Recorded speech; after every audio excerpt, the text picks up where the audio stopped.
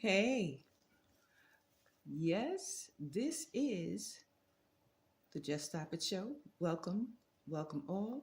Good evening, good morning, good afternoon, good night.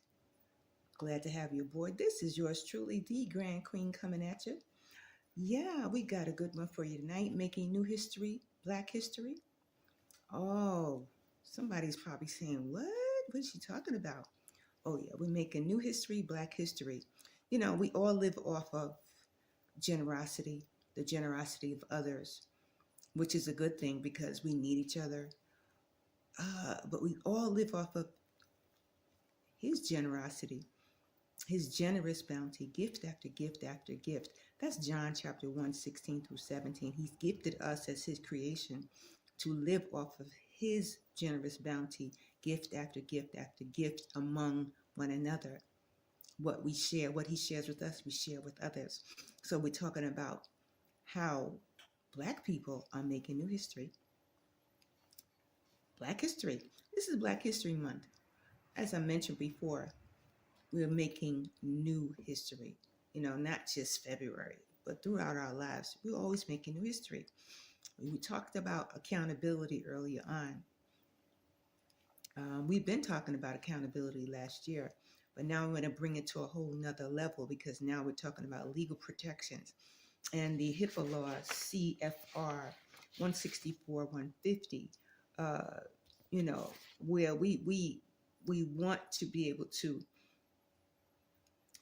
connect families and young people uh, and better the communication between the medical team, the mental health team, and families and patients. And we strive here at the Just Stop It Show as mental health advocates. I strive to address the deep issues among 16 to 24-year-olds. This is open to everybody.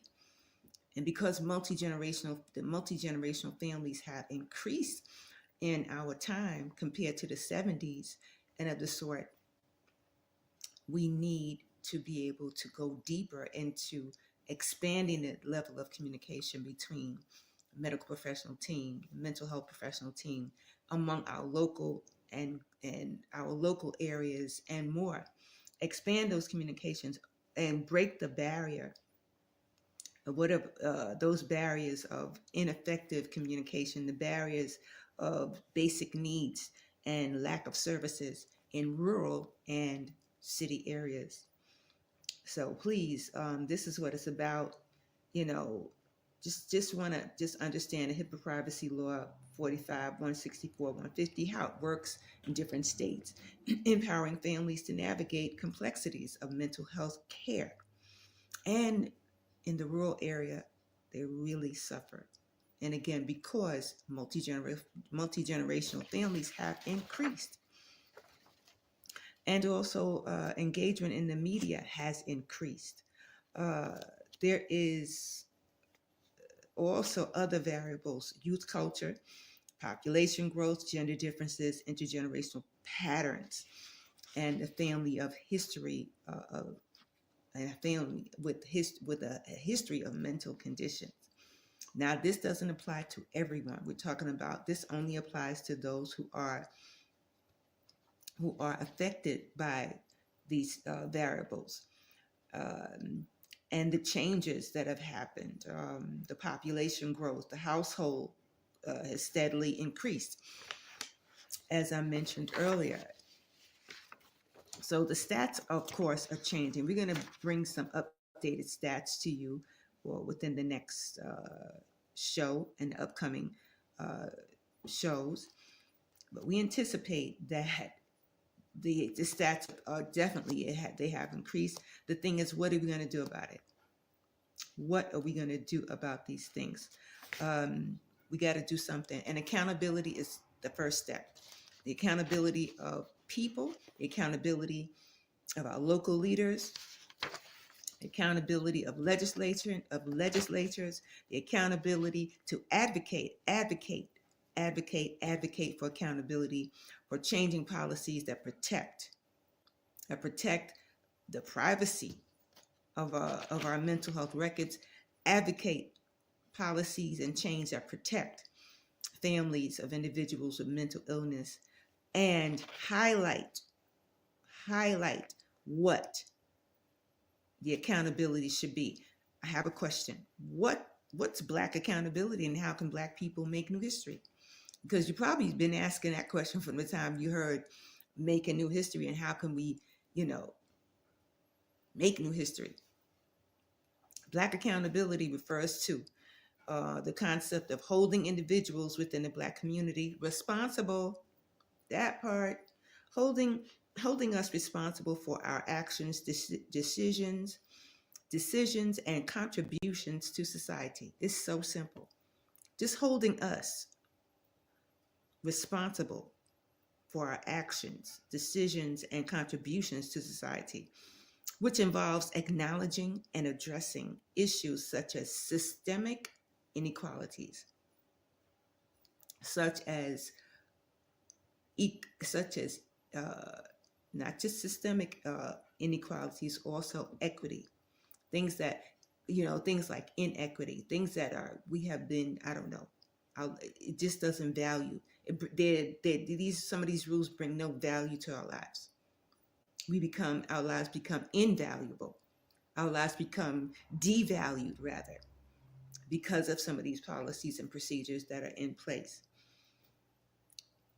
Also, our lives, there's no fairness. There's so many policies and procedures in legislature about fairness, the Fairness Act, and things like that.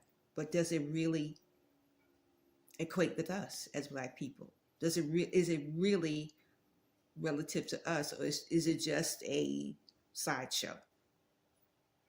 We all matter. We're just talking about how Black people can make new history. Make new history Black history. So being accountable also involves acknowledging and, again, addressing those systemic inequalities, community development, and personal responsibility within the Black community, that part. And I'm going to leave this with you. The superwoman. How does somebody's probably saying, Grandkin, what are you talking about? The superwoman. How do we go from accountability to the superwoman? We're talking about the mental health aspect, how it ties in, what it's tied to. The Black superwoman syndrome, it disproportionately affects Black women.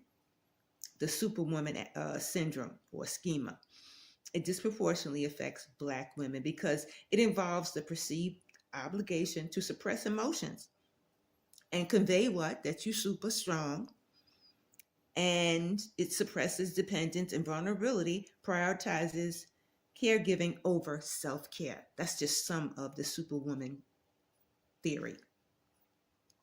And it does affect Black women and their mental health. And it does tie into accountability and legal protections. Are we protected?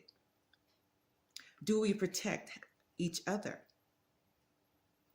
And I'm going to leave that with you. How do we protect each other? And I'm going to leave that with you. So please keep that as a forefront. Questions and answers. Use that as a little homework. So when you go onto my site at the Just Stop It Show, at JTire, at Just Us, JTire Forum 1 on YouTube, you can answer that question. You can answer the question, right? On how do we make new history? How do Black people make new history, right? And also, please don't hesitate to go at juststopitms.com, leave some information, leave some comments. It's okay. I would love to hear from you, because now we can be accountable, advocate, and make new history together. That's what I'm talking about.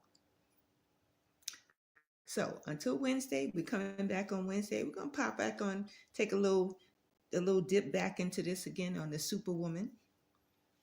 We're gonna reiterate, just recap on it, and we're gonna have our mental health check-in at the pit stop on Wednesday, which is a whole different vibe. It's a seriously smooth vibe.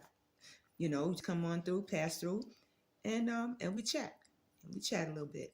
So see you Wednesday night, 8 o'clock, and I'll see you again on alternate Sunday, the last Sunday in February at 9 p.m. See you this Wednesday, 8 p.m. Much love and joy. So remember, we all live off of God's generous bounty, gift after gift after gift, gifted to each other. We are gifted to each other. Stay gifted, stay bountiful. Much love and joy.